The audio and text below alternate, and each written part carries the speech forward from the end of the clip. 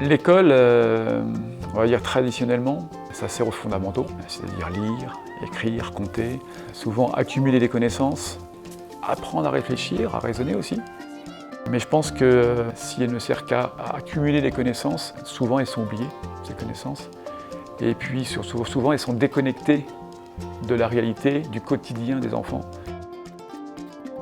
Donc l'école actuelle, elle est souvent calquée sur l'école du 19e siècle. La plupart du temps, elle ne correspond pas aux attentes des enfants, de plus en plus aux attentes des parents d'ailleurs.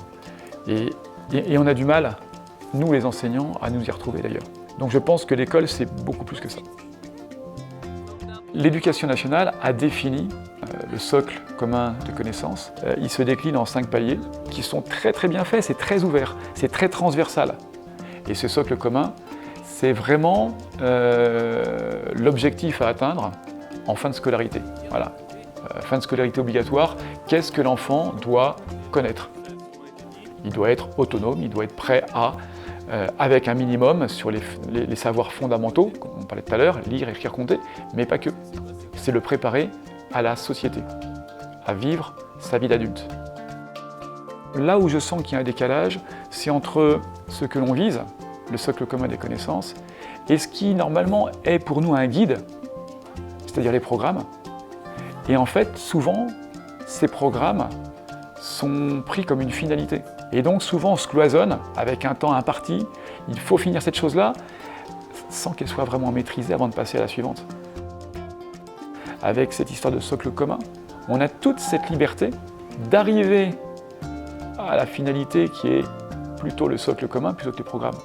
Et on n'ose pas, sûrement, on n'arrive pas à sortir de ce carcan qui nous renferme, parce que si on prend un livre, le livre il est fait par un éditeur et de A à Z, il a mis une pédagogie en place pour arriver à couvrir le programme. Pour moi, ça c'est pas suffisant, loin de là. Il faut travailler en transversal, il faut travailler en projet, il faut travailler voilà, dans ce sens-là.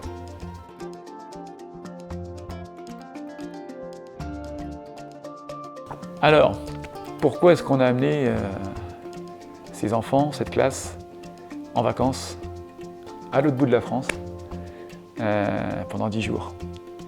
Tout simplement parce que ce ne sont pas des vacances. On y allait, on est là-bas pour construire. L'enfant, pour moi, il doit être acteur. Et pour être acteur de sa scolarité, il faut qu'il comprenne qu'il peut être acteur, qu'on peut l'écouter et que son avis nous intéresse. Donc, on a essayé de définir qu'est-ce qu'on pouvait faire pour qu'après nos 10 jours, eh bien, sur place, il y ait des traces de notre passage, mais des traces qui servent aux autres, comme dans la société. C'est-à-dire que je fais quelque chose, il y a une trace derrière. En amont, dès le mois de septembre, les enfants savaient qu'on avait ce projet-là et que je leur proposais de partir à l'aventure. Donc ils voulaient construire quelque chose, il y a eu beaucoup d'idées, mais cette idée d'aller dans la nature, de partir longtemps, ça c'est des choses qui ont été construites en classe. Certains ont émis l'hypothèse de partir un mois, d'autres de partir que 5 jours. Et on s'est mis d'accord sur 10 jours, pour contenter tout le monde, parce que c'était un travail qu'on avait fait ensemble. Et puis après, qu'est-ce qu'on va y faire? On a eu tout. Il a fallu travailler avec chacune des idées pour que tout le monde rentre dans le projet. On est donc tombé d'accord sur le fait d'aller au contact de la nature.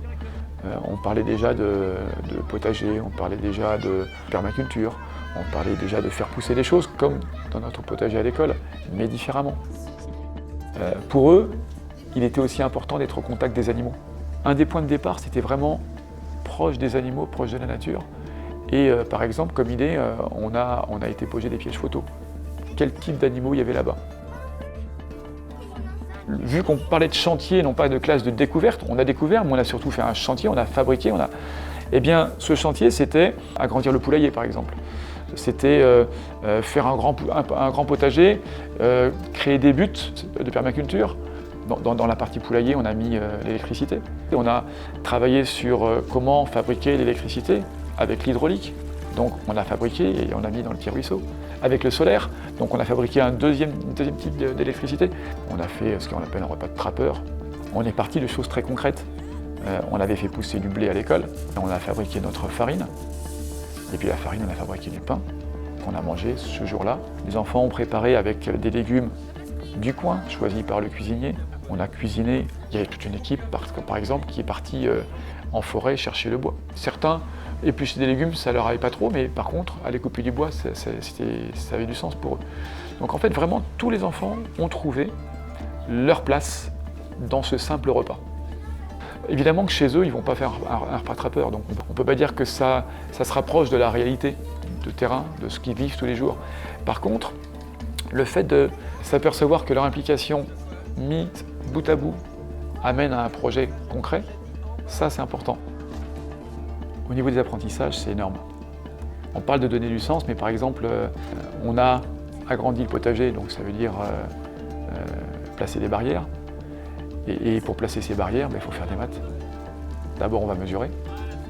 Ensuite, il va falloir compter combien de barrières il faut. On va mettre un poteau tous les combien. Donc on mesure et on creuse. Donc en fait, on a fait des mathématiques, on a fait des partages, on a fait des divisions. Et tout ça a servi à la fin à arriver à des barrières. Donc c'est un moyen de donner du sens à ce qu'on avait vu en classe. Là-bas, Massif Central, entouré de volcans. Quand on est sur un volcan et quand on nous explique l'histoire, on comprend ce que c'est. On a fabriqué dans des taupinières des volcans. Alors, chaque enfant devait imaginer, avec les ingrédients qu'on lui proposait, comment fabriquer un volcan. Comment faire, d'ailleurs, certains étaient fusifs, d'autres explosifs. Donc, après, quand on se promenait en forêt, les enfants regardaient le paysage autrement.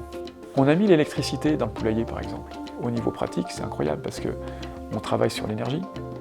Qu'est-ce qui existe comme différentes sources d'énergie? Qu'est-ce qu'on peut exploiter comme différentes sources d'énergie ici? Donc, on a fabriqué de l'énergie avec ces sources dont on disposait. Et à la fin, surtout, l'électricité, elle reste. Et elle va servir pour les autres classes qui viendront plus tard. Alors, on s'est beaucoup amusé, clairement. Mais ces 10 jours, ils sont venus avec la préparation. Ces 10 jours, ils sont venus construire ce qu'on voit actuellement dans la cour de récréation, c'est-à-dire des élèves qui sont unis, que l'on voit d'un seul coup, on en voit 10, 15 qui sont en train de sauter ensemble, chanter ensemble dans la cour de récréation, et ça les a soudés, ça les a unis, tout en gardant leur particularité. Ils ont trouvé leur place. Il y a beaucoup d'élèves qui ont trouvé leur place pendant ces jours et qui maintenant ont leur place dans la classe. Et ça, je pense que c'est important, parce que du coup, ils vont trouver leur place dans la société.